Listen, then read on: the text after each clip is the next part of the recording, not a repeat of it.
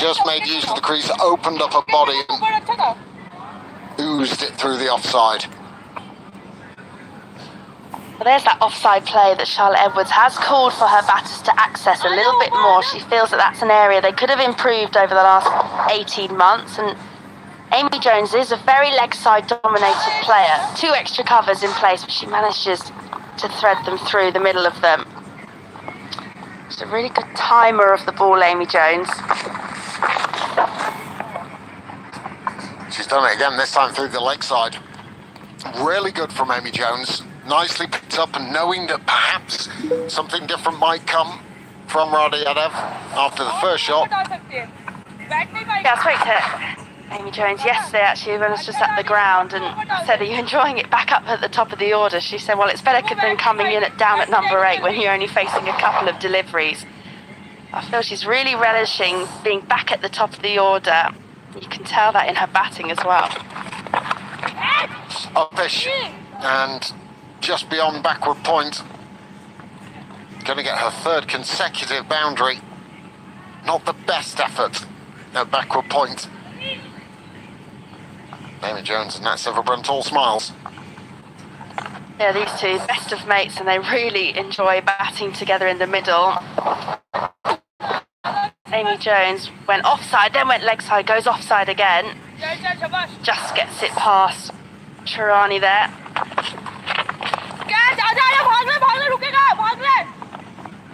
She's going to break the streak of boundaries, Jones, but she has moved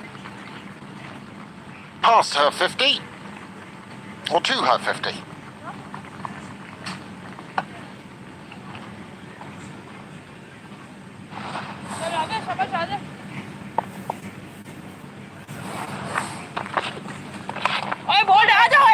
"33 balls, 7 fours in that half century." Good news for Jones and England being a bit of touch ahead of that first game against Sri Lanka. Yeah, it was a big call, wasn't it? Because in that New Zealand series, she was down at number 7 or 8. So it was a big call for Charlotte Edwards to make. And you feel that she really wanted Amy Jones to bat at the top of the order in this format. And it's looking good so far. Oh, Silverbrunt trying to squeeze it through the offside. A dot ball to finish. An excellent over for England. 15 runs from it. We're at the halfway stage and England are 79 for 1.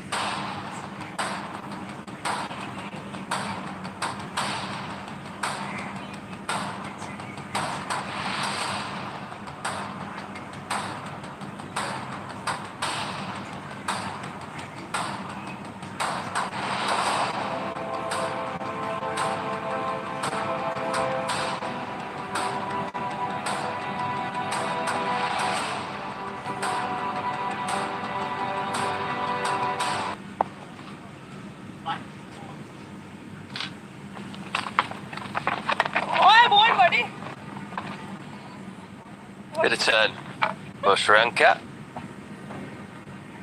Nervous smile from Amy Jones, who's got some momentum into this England innings. That previous over, since they needed an over like that. Oh, that was close. Don't want to miss that.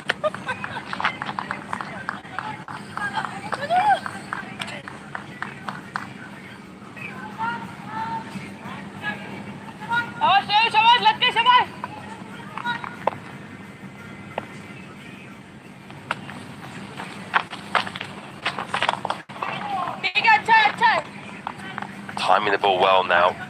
Amy Jones, you feel like she's just got her eye back in the last few deliveries. Can England kick on from here? Dangerous player, Jones. I know there's 1 or 2 pundits that aren't quite convinced yet of her batting at the top of the order.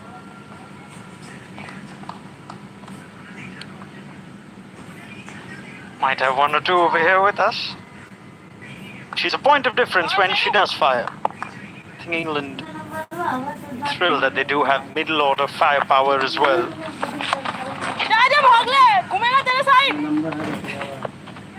I think the the question really is not about Amy Jones herself and her batting. She's a great ball striker, but it's the options that England have. We could have Capsey opening the batting. A lot of people would like to see that. Dunkley, who gives you the impetus. Danny Wyatt Hodge as well, obviously is opening. Very experienced. So you've got 4 good options. Question is, what's best for the team? 83 for 1.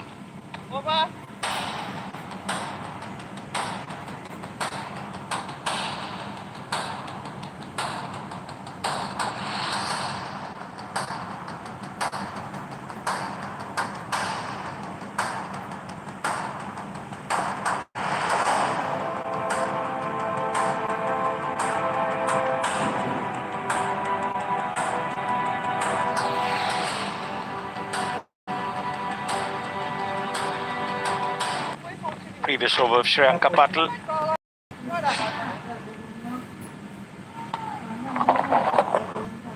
Flush off the boot. Fairness wasn't the most convincing appeal, just an inquiry. You're right about the nervous look, actually. I noticed that straight away. Just looked very coyly back at the umpire. Wonder if we can see it here. She knew. You know as a batter when you do that it's not hit the ground. Can't quite see it on that angle. But there, yeah, had a bit of a giggle with Amy. Yeah, I did it. Bit of luck.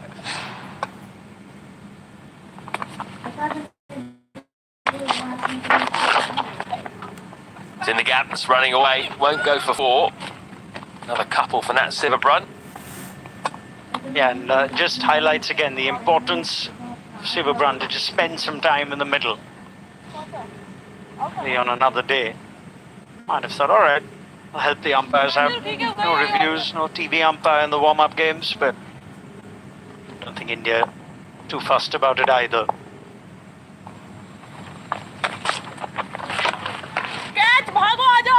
Into the gap. Almost. Bharti Fulmali comes around. You can see now, Amy Jones has just gone up a gear, hasn't she? She wants to get on with it now. And why not? They've got a platform here, England. They didn't get enough against Australia. You're thinking from here, can you... 180, maybe even more. And I come back to, from India's point of view, Matt, Renuka Singh Thakur, who is going to be under the scanner when she's brought in at this phase. She's not most effective at the death. Therefore, a number of times the captain, whether it's Harmanpreet Kaur or Smriti Mandhana, has tried to bowl her out in T20 games in this phase. And there's a partnership built, 60-50. How many questions can she ask? That sounded magnificent off the bat, but picks out Fulmali again. Yeah, I must say, I was expecting to see Nandini Sharma maybe once in these warm-up games. It's always hard to try and read things into these warm-up matches. It could be that she's being saved for the first game. Pace off. Watch the spin. That's the overdone. 89 for 1.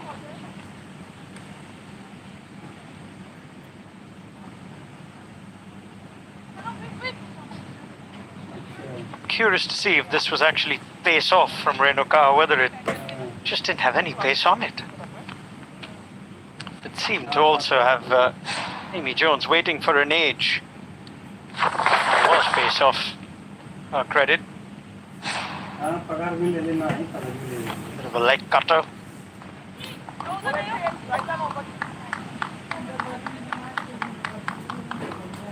Shafali Verma opened the bowling, just the one over. It's back on in the middle overs.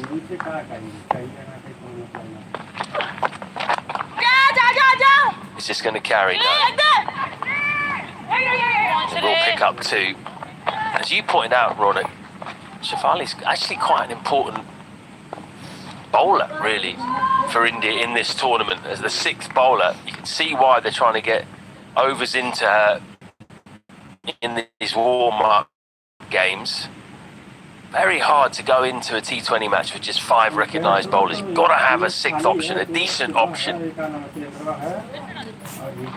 I think this is an important little over. I think it'll be an entertaining over. I think both batters will take Shefali on, and she wouldn't mind that. Misfield, mid-wicket just gone in. Was hit hard, but Mr. Gabatia, she dropped a catch earlier, let that one through. Yeah, she is now, I think, very realistic 6 bowling option no matter what combination India go with. Something that almost died a natural death with this Indian white ball side is Harmanpreet Kaur, the bowler, who at one point used to be decisive. Had a golden arm and a reputation for it herself. So that role shifted to Shefali.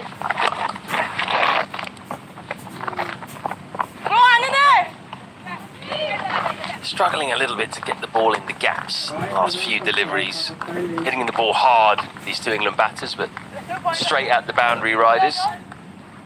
Tash and Daggers earlier were debating whether Shefali Verma should have been given the new ball, got the first over.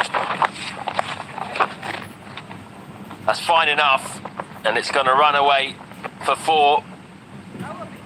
First boundary for 18 balls, actually. And the shot of a batter who's got her eye in. Because she's created that as a result of not being able to take down Shefali in front of square. Therefore, just anticipating that she'd have enough pace to work with. Ended up being just in the right slot as well to play the reverse to good effect from Amy Jones. Bold. Kept a little bit low. Skidded through as well. Then Amy Jones will be disappointed with that. Good innings nonetheless. She's clever. Shefali, that's why she is the preferred bowling option. Just fires this one through. And perfect length. We have seen it skid off the surface here at Cardiff. It beat well-set Amy Jones for pace. Gone for 64, well-played hand from the England keeper batter. England 97 for 2.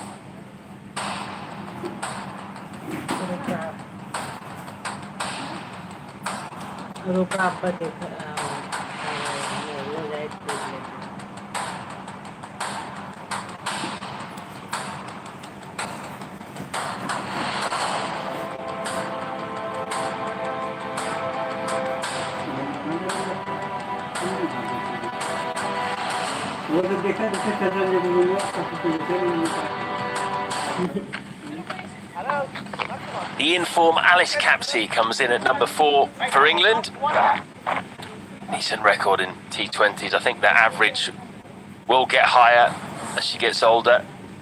Still very young, but been around for a while. She's 21 years old. She's away immediately, but a wicket for India in that over. 98 for...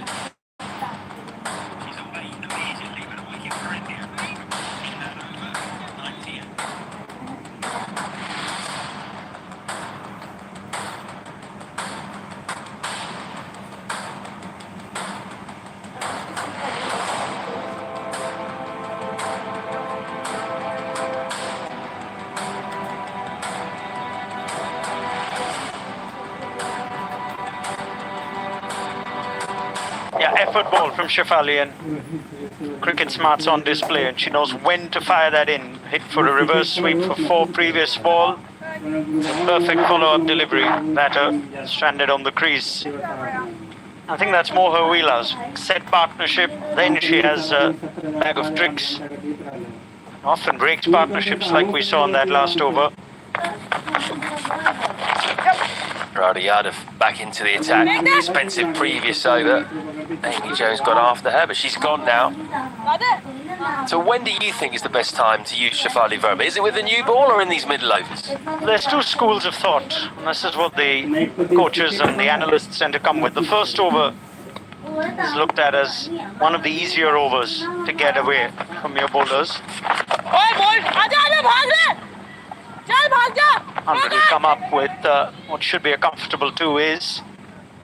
I know there's a school of thought which is a slightly more conventional school of thought. You bring in your best bowler first up, batters before they're set, don't give them an easy over. I think it goes down entirely to how much confidence you have in the entirety of your bowling lineup. If we had the answer to what India's preferred bowling lineup is, you brought up Nandini Sharma, Matt. I genuinely think she'll have a big role to play. I think India protecting her, not overexposing her, because she is an all-phase bowler that a lot of batters have not seen much of. She's only had one breakthrough season in the WPL. So I think they're giving themselves insurance more for Shefali to bowl one over in the power play if needed. I don't think she'll bowl the first.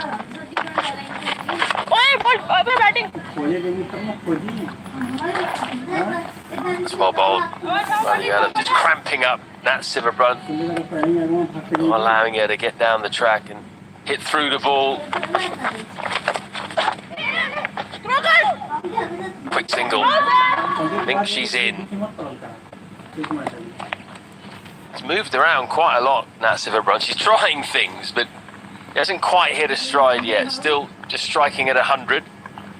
Yeah, it's a batter still searching for her best form and fluency.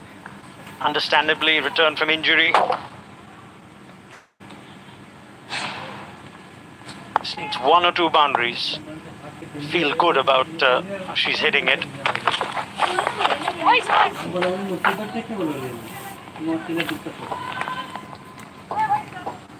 Good